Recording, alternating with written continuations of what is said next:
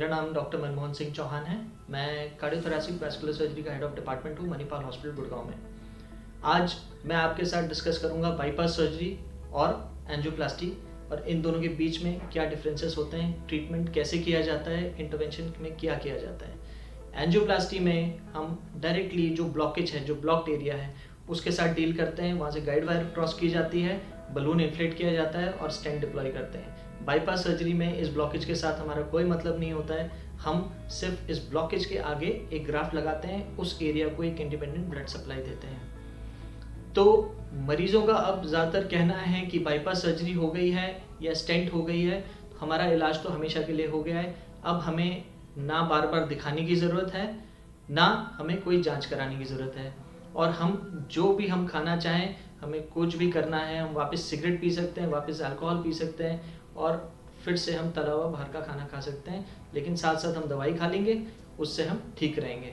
लेकिन ये बहुत ही गलत धारणा है।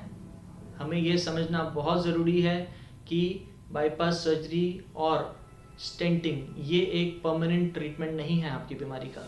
एथेरोस्क्लेरोसिस एक डिजीज़ प्रोसेस है जिसमें कोलेस्ट्रॉल डिपॉजिट्स आपकी नसों में आगे भी बनने की संभावना होती है, और ये प्रोसेस डायबिटिक्स में बहुत रैपिड होता है। इसीलिए डायबिटिक पेशेंट्स में हम लोग कहते हैं कि आपका HbA1c 6.5 से कम रहना चाहिए।